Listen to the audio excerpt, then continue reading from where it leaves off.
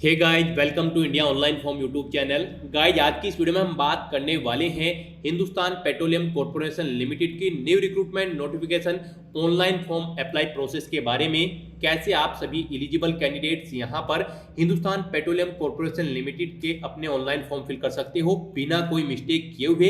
इसकी पूरी जानकारी हम आपको इस वीडियो में स्टेप बाय स्टेप रजिस्ट्रेशन से लेकर प्रिंट तक प्रोवाइड कराएंगे। बस आपको इस वीडियो को स्किप किए बिना शुरू से लेकर एंड तक देखना है। उसके बाद वीडियो पसंद आए तो इसे लाइक और शेयर कर दें। चैनल पर नए हो तो इसे सब्सक्राइब कर लें। तो गाइज, बिना कोई वक्त गंवाए चलिए शुरू करते हैं। आपको इस वीडियो के डिस्क्रिप्शन बॉक्स में हमारी वेबसाइट ejobhub.in के इस पेज का लिंक मिल जाएगा। यहां पर आपको इस भर्ती के रिगार्डिंग पूरी डिटेल प्रोवाइड करा दी गई है। हिंदुस्तान पेट्रोलियम कॉर्पोरेशन लिमिटेड यानी कि HPCL के अंतर्गत assistant process technician, assistant boiler technician, assistant fire and safety operator और असिस्टेंट मेंटेनेंस टेक्नीशियन के 60 खाली पदों को भरने के लिए 1 फरवरी 2023 से 25 फरवरी 2023 के लिए आपसे ऑनलाइन फॉर्म मंगाए जा रहे हैं। आप सभी एलिजिबल कैंडिडेट्स ऑल इंडिया से इन फॉर्म्स को फिल कर सकते हो। आपको इस पेज को नीचे स्क्रॉल डाउन करना है। इंपोर्टेंट लिंक सेक्शन में आकर ऑफिशियल नोटिफिकेशन PDF इस लिंक पर क्लिक करके इस भर्ती की नोटिफिकेशन को ओपन कर लेना है और इसमें से आपको पूरी डिटेल विस्तार पूर्वक 1 बाय 1 करके रीड कर लेनी है। पूरी डिटेल ऑफिशियल नोटिफिकेशन में से रीड करने के बाद आप सिंपली इस भर्ती के लिए अपने ऑनलाइन फॉर्म फिल कर सकते हो। उसके लिए भी लिंक आपको हमारी वेबसाइट के इसी पेज पर प्रोवाइड कराया गया है। यहाँ पर आपको ये अप्लाई ऑनलाइन का डायरेक्ट रिसोर्स लिंक प्रोवाइड कराया गया है। जैसे ही आप इस लिंक पर क्लिक करोगे तो आपके सामने यहाँ पर हिंदुस्तान पेट्रोलियम कॉर्पोरेशन लिमिटेड का ये ऑफिशियल पोर्टल खुल जाएगा। यहाँ पर अगर आपने पहले से रजिस्ट्रेशन कर रखा है तो आपको अपनी ईमेल आईडी, पासवर्ड और ये कैप्चा फिल करने के बाद साइन इन कर लेना है और फिर अपना फॉर्म फिल करना है। और अगर आप यहां पर फर्स्ट टाइम अप्लाई करने जा रहे हो तो आपको sign up for new registration इस लिंक पर क्लिक करके सबसे पहले अपना रजिस्ट्रेशन कर लेना है। रजिस्ट्रेशन में यहाँ पर सबसे पहले आपको अपना नाम एंटर करना है। उसके बाद आपको अपना नाम एक बार फिर से एंटर करना है कंफर्मेशन के लिए। उसके बाद आपको अपना मिडिल नेम एंटर करना है अगर आपका मिडिल नेम है, अदरवाइज आप इन कॉलम्स को खाली छोड़ सकते हो। उसके बाद यहाँ पर आपको अपना लास्ट नेम एंटर कर देना है अगर आपका लास्ट नेम है। लास्ट नेम भी यहाँ पर आपको 2 बार एंटर करना होगा कंफर्मेशन के लिए। उसके बाद यहाँ पर आपको अपना मोबाइल नंबर एंटर करना है 10 डिजिट का। मोबाइल नंबर भी यहाँ पर आपको 2 बार एंटर करना है कंफर्मेशन के लिए। आपका mobile number active and valid होना चाहिए। फिर यहाँ पर आपको अपनी ईमेल आईडी एंटर कर देनी है। ईमेल आईडी आपकी एक्टिव एंड वैलिड होनी चाहिए। ईमेल आईडी भी यहाँ पर आपको 2 बार एंटर करनी है कंफर्मेशन के लिए। उसके बाद यहाँ पर आपको click here to verify email इस बटन पर क्लिक करके अपनी ईमेल आईडी को वेरीफाई कर लेना है। और फिर यहाँ पर आपको ये कैप्चा कोड फिल करने के बाद आपको रजिस्टर बटन पर क्लिक कर देना है। फिर आपके सामने यहाँ पर कुछ इस तरह से इंटरफेस खुल जाएगा। यहाँ पर आपका रजिस्ट्रेशन कंप्लीट हो चुका है। आपकी रजिस्ट्रेशन इन्फॉर्मेशन और पासवर्ड आपकी रजिस्टर्ड ईमेल आईडी पर सबमिट कर दी गई है। अब यहाँ पर आपको कंटिन्यू इस ऑप्शन पर क्लिक कर देना है। नेक्स्ट आपके सामने यहाँ पर कुछ इस तरह से इंटरफेस खुल जाएगा। अब यहाँ पर आपको अपनी ईमेल आईडी और पासवर्ड जो कि आपकी रजिस्टर्ड ईमेल आईडी पर आया है वो पासवर्ड आपको यहाँ पर एंटर करना है। और फिर ये कैप्चा कोड यहाँ पर फिल करने के बाद आपको साइन इन ऑप्शन पर क्लिक करके साइन इन कर लेना है। साइन इन करने के बाद आपके सामने यहाँ पर कुछ इस तरह से इंटरफेस खुल जाएगा। आपको सभी पोस्ट यहाँ पर शो कर दी गई है। आप किसी भी पोस्ट के लिए अपनी चॉइस के अकॉर्डिंग अप्लाई कर सकते हो। यहाँ पर हम आपको असिस्टेंट प्रोसेस टेक्नीशियन की पोस्ट के लिए अप्लाई करके दिखा रहे हैं। बाकी की सब पोस्ट के लिए भी आप सेम ऐसे ही अप्लाई कर सकते हो। तो अब यहाँ पर आपको पर्टिकुलर पोस्ट के सामने क्लिक हियर टू अप्लाई इस लिंक पर क्लिक करना है। नेक्स्ट आपके सामने यहाँ पर कुछ इस तरह से इंटरफेस खुल जाएगा। अब यहाँ पर आपको सबसे पहले अपने फादर का नाम एंटर करना है। फिर यहाँ पर आपको अपनी मदर का नेम एंटर करना है।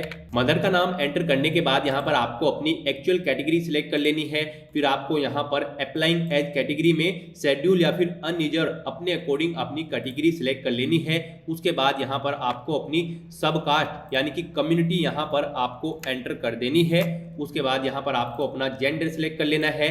अपना जेंडर सिलेक्ट करने के बाद अगर आप PWBD कैटेगरी के अंतर्गत आते हो तो यहाँ पर आप ऑप्शन सिलेक्ट करें, अदरवाइज आप इसे खाली छोड़ दें। उसके बाद यहाँ पर आपसे पूछा गया कि क्या आप EX सर्विसमैन हैं, अगर हैं तो यस करें, नहीं तो फिर यहाँ पर आप नो करें। फिर आपसे पूछा गया कि क्या आपके पास जम्मू और कश्मीर का डिप्लोमा है 1/10/80 से 31/12/89 के बीच का, अगर है तो यस करें, नहीं तो यहाँ पर आप नो सिलेक्ट कर लें। उसके बाद यहाँ पर आपको अपनी डेट ऑफ बर्थ इस कैलेंडर में से सिलेक्ट कर लेनी है। फिर फिर यहाँ पर आपको अपना रिलीजन सिलेक्ट कर लेना है।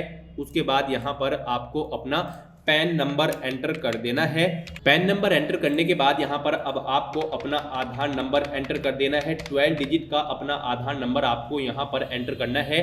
उसके बाद यहाँ पर आपको कोई आईडी प्रूफ सिलेक्ट कर लेना है। आप एग्जामिनेशन के टाइम पीरियड में क्या आईडी प्रूफ एग्जामिनर को शो करेंगे वो आईडी कार्ड यहाँ पर आपको सिलेक्ट कर लेना है। कोई government ID proof, voter ID या फिर ड्राइविंग लाइसेंस। उसके बाद यहाँ पर आपको अपने आईडी प्रूफ का नंबर एंटर कर देना है यहाँ पर। उसके बाद आपसे आपकी सिटीजनशिप पूछी गई है, यहाँ पर आपको इंडियन इस चेकबॉक्स को ओके कर देना है।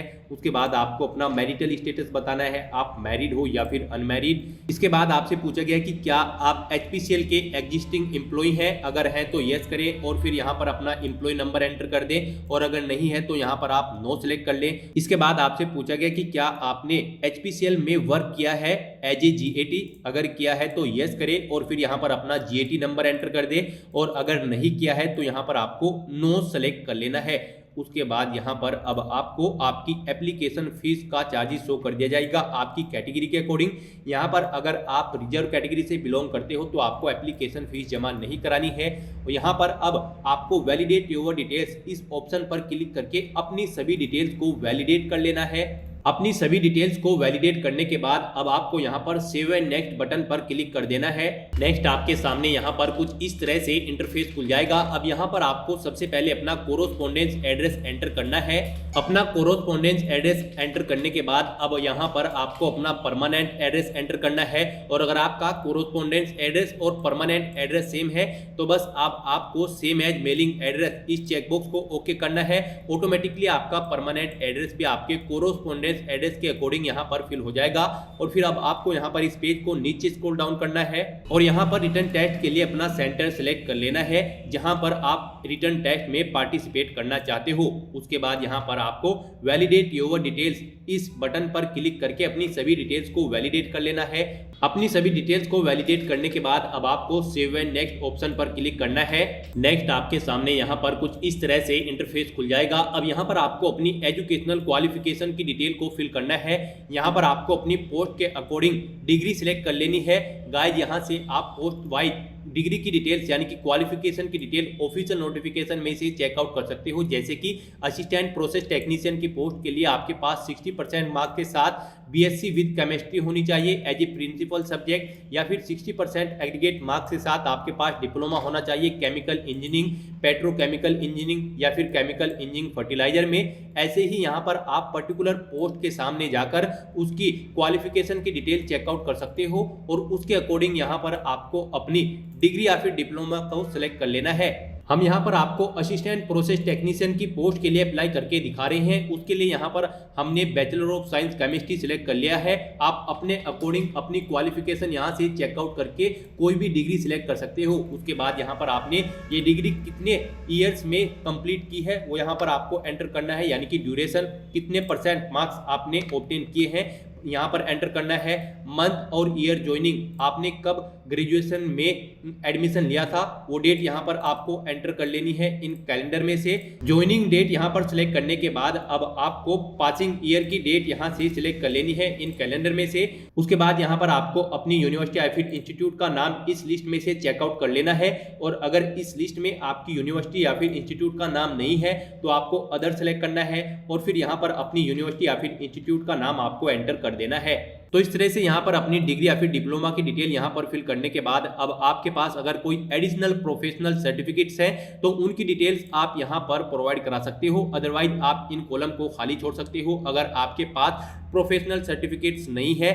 अब यहाँ पर आपको वैलिडेट योर डिटेल्स इस ऑप्शन पर क्लिक करके अपनी सभी डिटेल्स को वैलिडेट कर लेना है और उसके बाद आपको सेव एंड नेक्स्ट ऑप्शन पर क्लिक कर देना है। नेक्स्ट आपके सामने यहाँ पर कुछ इस तरह से इंटरफेस खुल जाएगा। अब यहाँ पर आपको अपनी बैंकिंग डिटेल्स प्रोवाइड करानी है। सबसे पहले यहाँ पर आपको अपना बैंक अकाउंट नंबर एंटर करना है, फिर आपको अपना बैंक अकाउंट नंबर एक बार फिर से एंटर करना है कंफर्मेशन के लिए। उसके बाद आपको अपने अकाउंट बैंक का IFSC कोड यहाँ पर एंटर करना है, फिर आपका बैंक का नेम और ब्रांच का नेम आपके IFSC कोड के थ्रू फैच करके यहाँ पर शो कर दिया जाएगा। फिर आपको UPI ID यहाँ पर एंटर करनी है और फिर वैलिडेट योर डिटेल्स इस बटन पर क्लिक करके अपनी सभी डिटेल्स को वैलिडेट कर लेना है। इस तरह से यहाँ पर आपकी सभी डिटेल्स वैलिडेट हो जाएंगी और अब आपको यहाँ पर सेव एंड नेक्स्ट ऑप्शन पर क्लिक कर देना है। नेक्स्ट आपके सामने यहाँ पर कुछ इस तरह से इंटरफेस खुल जाएगा। अब यहाँ पर आपको अपना फोटो और सिग्नेचर अपलोड करने हैं।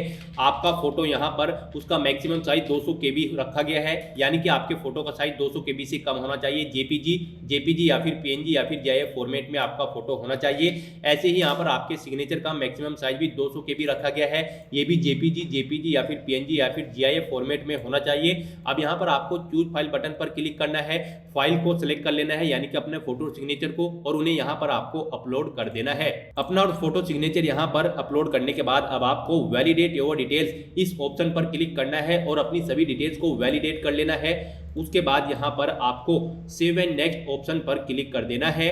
नेक्स्ट आपके सामने यहाँ पर कुछ इस तरह से इंटरफेस खुल जाएगा। आपके एप्लीकेशन फॉर्म का पूरा प्रीव्यू यहाँ पर आपको शो कर दिया गया है। आपको सभी डिटेल्स 1 बाय 1 करके चेकआउट कर लेनी है और फिर इस पेज को नीचे स्क्रॉल डाउन करना है, और अगर कहीं पर कोई मिस्टेक है तो आप बैक बटन पर क्लिक करके एडिट कर सकते हो। अदरवाइज आपको डिक्लेरेशन सेक्शन में आकर इन सभी चेक बॉक्सेस को ओके करने के बाद फाइनल सबमिट बटन पर क्लिक कर देना है। उसके बाद आपके सामने मैसेज शो हो जाएगा, आपका एप्लीकेशन फॉर्म सक्सेसफुली सबमिट हो चुका है। अब यहाँ पर आपको ओके करना है। यहाँ पर आपके सामने फिर कुछ इस तरह से इंटरफेस खुल जाएगा।